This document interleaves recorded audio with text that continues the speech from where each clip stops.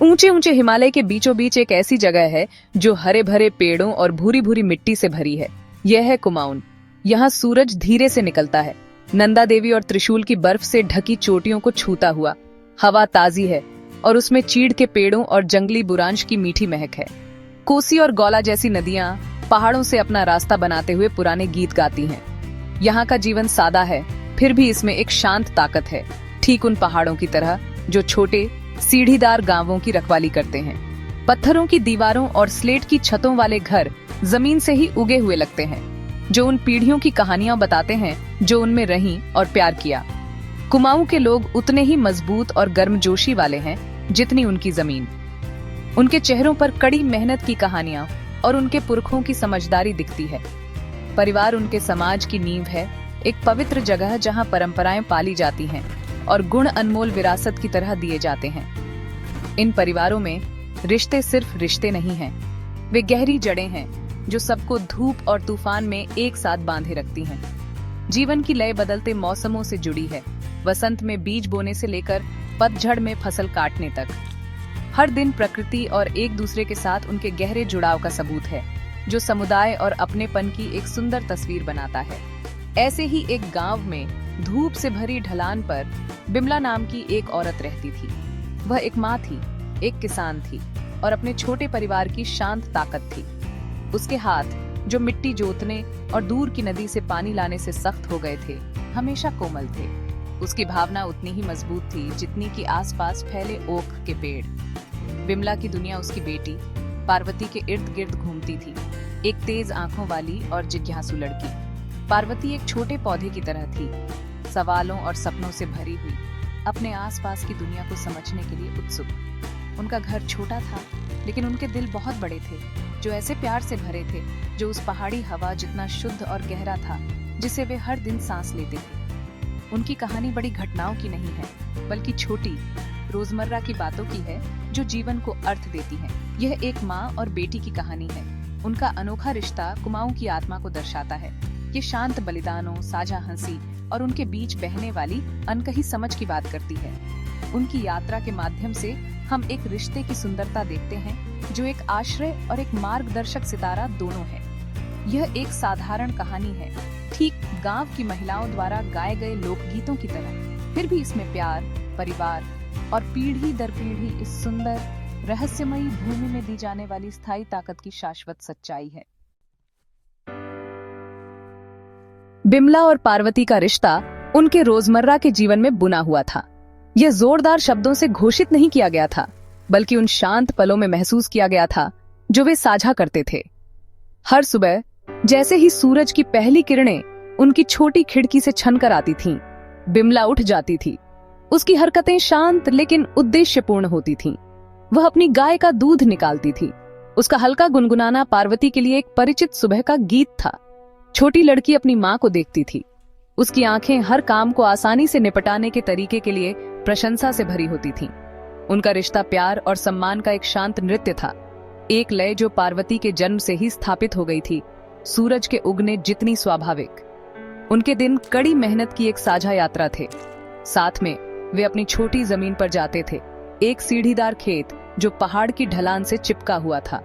बिमला पार्वती को सिखाती थी कि मंडुआ या फिंगर बाजरा और भट्ट काला सोयाबीन बोने का सही समय कैसे पहचाने। वह उसे दिखाती थी कि छोटे पौधों को नुकसान पहुंचाए बिना खरपतवारों को धीरे से कैसे निकाला जाए।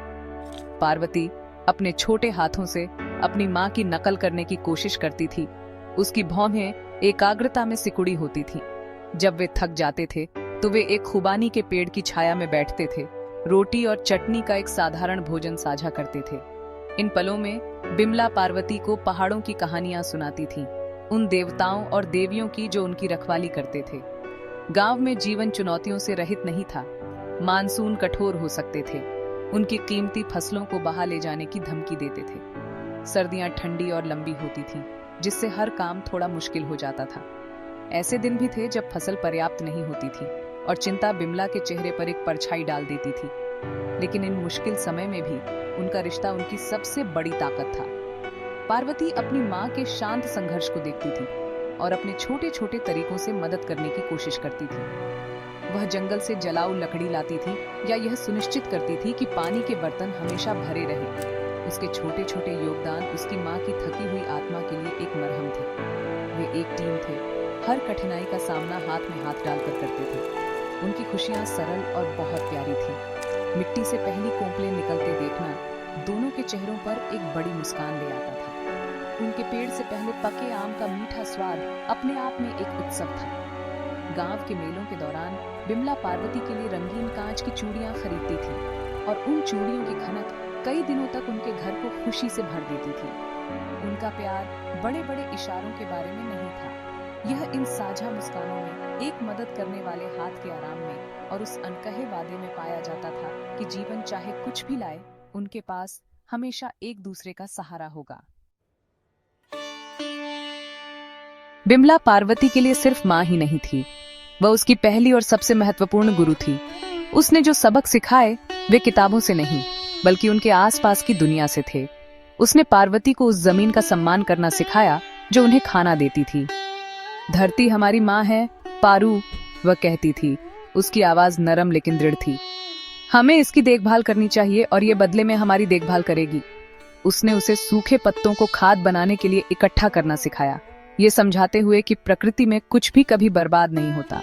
इन सरल कार्यों के माध्यम से पार्वती ने कृतज्ञता, स्थिरता और पर्यावरण के साथ सद्भाव में रहने के गहरे मूल्यों को सीखा, ऐसे सबक जो उसके पूरे जीवन को आकार देंगे। कुमाऊं की परंपराएं पार्वती की शिक्षा का एक अभिन्न अंग थीं। बिमला ने सुनिश्चित किया कि उसकी बेटी हर त्योहार का महत्व समझे। होली के दौरान वे सिर्फ रंगों से नहीं खेलते थे बल्कि पारंपरिक बैठकी होली के गीत भी गाते थे जो प्यार और भक्ति की कहानियां सुनाते थे। घी संक्रांति के त्योहार पर बिमला समझाती थी कि घी को देवताओं को समृद्धि और पोषण के प्रतीक के रूप में क्यों चढ़ाया जाता है। ये रीति रिवाज पार्वती के लिए सिर्फ परंपराएं नहीं थे, वे उसके लिए अपनी जड़ों, अपने समुदाय और उन पीढ़ियों की महिलाओं से जुड़ने का एक तरीका बन गए थे जिन्होंने इन परंपराओं को जीवित रखा था। पार्वती ने जो सबसे सुंदर सबक सीखा वह था एपन, पारंपरिक कुमाऊनी फर्श पेंटिंग की कला। चावल के आटे से बने पेस्ट का उपयोग करके बिमला अपने घर के फर्श और दीवारों पर जटिल डिजाइन बनाती थी। उसकी उंगलियां अभ्यासपूर्ण कृपा के साथ चलती थीं, ऐसे पैटर्न बनाती थीं जिनके बारे में माना जाता था कि वे सौभाग्य लाते हैं और बुराई को दूर करते हैं। उसने धैर्यपूर्वक पार्वती को पवित्र प्रतीकों को बनाना सिखाया, हर रेखा और बिंदु के पीछे का अर्थ समझाया। जैसे जैसे पार्वती ने अपना ऐपन बनाना सीखा, वह सिर्फ एक कला रूप नहीं सीख रही थी, वह विश्वास, रचनात्मकता और अपने घर को एक पवित्र और सुंदर स्थान बनाने के महत्व के बारे में सीख रही थी। अपनी माँ के माध्यम से पार्वती ने ताकत का असली अर्थ सीखा। उसने इसे शक्ति के जोरदार प्रदर्शन में नहीं देखा बल्कि बिमला की शांत दृढ़ता में देखा। उसने इसे अपनी माँ के भारी लकड़ी के बोझ को बिना किसी शिकायत के उठाने के तरीके में देखा। उसने इसे अपनी माँ की क्षमता में देखा कि वह चीजें खराब होने पर भी उम्मीद ढूंढ ले। बिमला ने उसे सिखाया कि सच्ची ताकत लचीलेपन में है, चुनौतियों का सामना कृपा के साथ करने की क्षमता में है और दूसरों के प्रति दिखाई जाने वाली दयालुता में है। ये वे अमूल्य जीवन सबक थे जो बिमला ने अपनी बेटी को उपहार में दिए। उसे न केवल गांव में जीवन के लिए तैयार किया बल्कि किसी भी रास्ते के लिए जिसे वह चुनना चाहती थी। जैसे जैसे साल बीतते गए, पार्वती एक जिज्ञासु लड़की से एक समझदार और दयालु युवा महिला बन गई। उसकी माँ ने उसे जो सबक सिखाए थे वे उसके दिल में गहरे उतर गए थे। अब वह बिमला के साथ एक छात्र के रूप में नहीं बल्कि एक आत्मविश्वास से भरी साथी के रूप में चलती थी। वह खेतों को खुद संभाल सकती थी, उसके हाथ अब उसकी माँ जितने ही कुशल थे। वह पुराने लोकगीतों को ऐसी आवाज में गा सकती थी जो पहाड़ों की आत्मा को प्रतिध्वनित करती थी। पार्वती में बिमला ने अपनी शिक्षाओं का सुंदर प्रतिबिंब देखा, प्यार और ज्ञान की एक विरासत जो समय के साथ फलती फूलती और मजबूत होती रहेगी। उनके बीच का रिश्ता गहरा हो गया था जो आपसी सम्मान और समझ पर आधारित एक सुंदर दोस्ती में बदल गया था। वे शाम को एक साथ बैठते थे, अपने विचार और सपने साझा करते थे। पार्वती अपनी और सीखने की इच्छा के बारे में बात करती थी, शायद पास के शहर के स्कूल जाने के बारे में भी। बिमला इस महत्वाकांक्षा से डरने के बजाय उसे प्रोत्साहित करती थी। दुनिया हमारे गांव से बड़ी है पारू, वह कहती थी। उसकी आंखें गर्व से चमक रही थीं। जाओ, सीखो और उस रोशनी को हमारे घर वापस लाओ। वह चाहती थी कि उसकी बेटी को वे अवसर मिले जो उसे कभी नहीं मिले, एक निस्वार्थता दिखाते हुए जो एक माँ के प्यार की सच्ची पहचान है। बिमला और पार्वती की कहानी एक साधारण रिश्ते की असाधारण शक्ति का एक प्रमाण है। यह दिखाता है कि जीवन के सबसे बड़े मूल्य कक्षाओं में नहीं सिखाए जाते, बल्कि एक प्यार भरे घर की गर्माहट में पाले जाते हैं। उनका जीवन कुमाऊं की पहाड़ियों के शानदार पृष्ठभूमि के खिलाफ हमें हमारी जड़ों के महत्व और हमारे परिवारों से मिलने वाली ताकत की याद दिलाता है।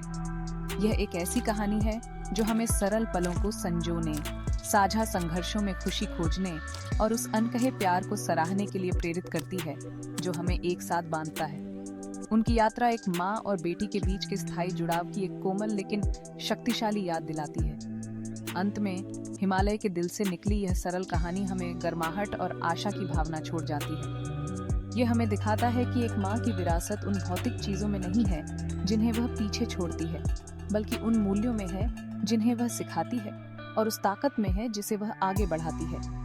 पार्वती अपनी माँ के प्यार और ज्ञान को अपने दिल में लिए दुनिया का सामना करने के लिए तैयार थी।